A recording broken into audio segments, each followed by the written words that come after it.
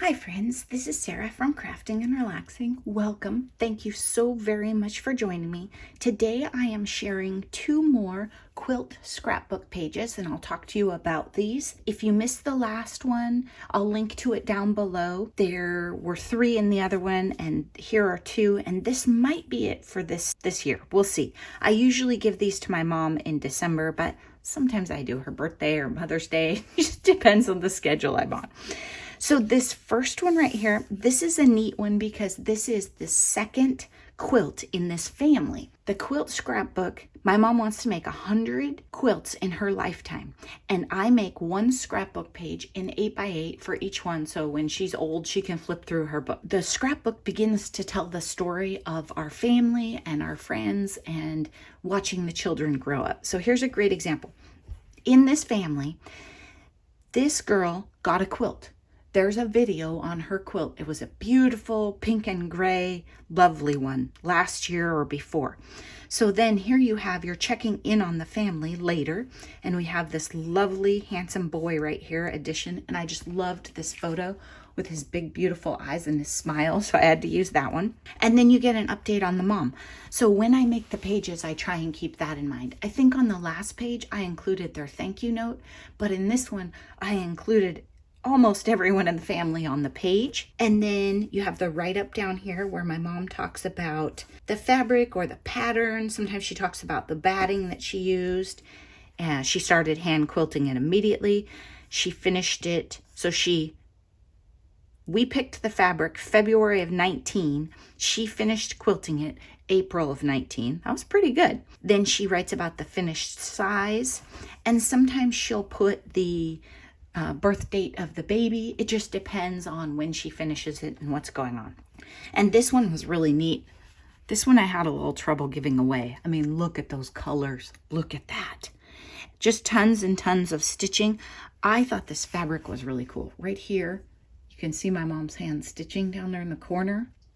So again, I'm trying to choose photos that display the quilt and the people. It's not just about flat pictures of quilts on a bed. We don't want 100 pictures of a quilt on a bed. So that one was number 71. We get a bit out of order sometimes because of how I make my pages, but also because I make the page when it's finished and she numbers them when she started. So I noticed there was a gap in the 60s. I don't know what she's going to do about that one because it was for me. And it was for my fireplace, which I sort of don't have anymore. Okay, this one's super cute. And I had trouble with this page because I had so many good photos for this quilt. And I had a thank you note. The thank you notes, though, they're tricky because I'm in an 8x8 book and they're usually this big. Honestly, on the inside, you know, people usually use a black pen. They have nice handwriting, but it's not that exciting. So unless I want to make them flip up and let the image show. So I didn't use the thank you note on this one. And I did not have a photo of the baby on the quilt. And I thought about asking the person for one, but I just moved on. Here we have a picture over the rocking chair in the front room. So my mom took that before she gave it away. It shows the stitching really well. The shadows of it, you can see. And then this is kind of a neat one. I don't have any others in the book like this that I recall. Now remember, I don't have the book, so it is hard for me to remember, have I already shown X or Y? But I don't think I do. She's got a big embroidery hoop here and she's showing her threads. She's actually in the process of quilting at this point. So you can see her stitches up close and personal and get an idea of her process. Then I used a tiny bit of the fabric up here in the corner.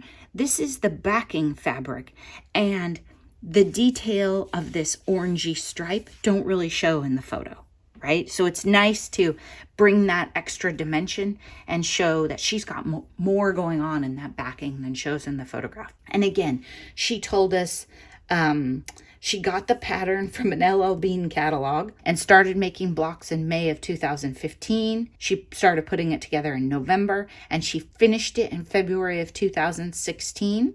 And she loves that Hobbs batting. She uses a lot of that. That is the end of the quilt pages that I have for now. Thank you so much for joining me. If you like these pages, there are more on my channel, and I'll try and remember to link in the description down below. And the pages vary. These are very simple pages. I think last time I made pages, I didn't use her actual write-up. It just depends. I do try to keep them fairly simple though, because it's 8x8 and I want the quilts to shine. Thanks so much for watching. I hope you're taking time for crafting and relaxing. Bye-bye.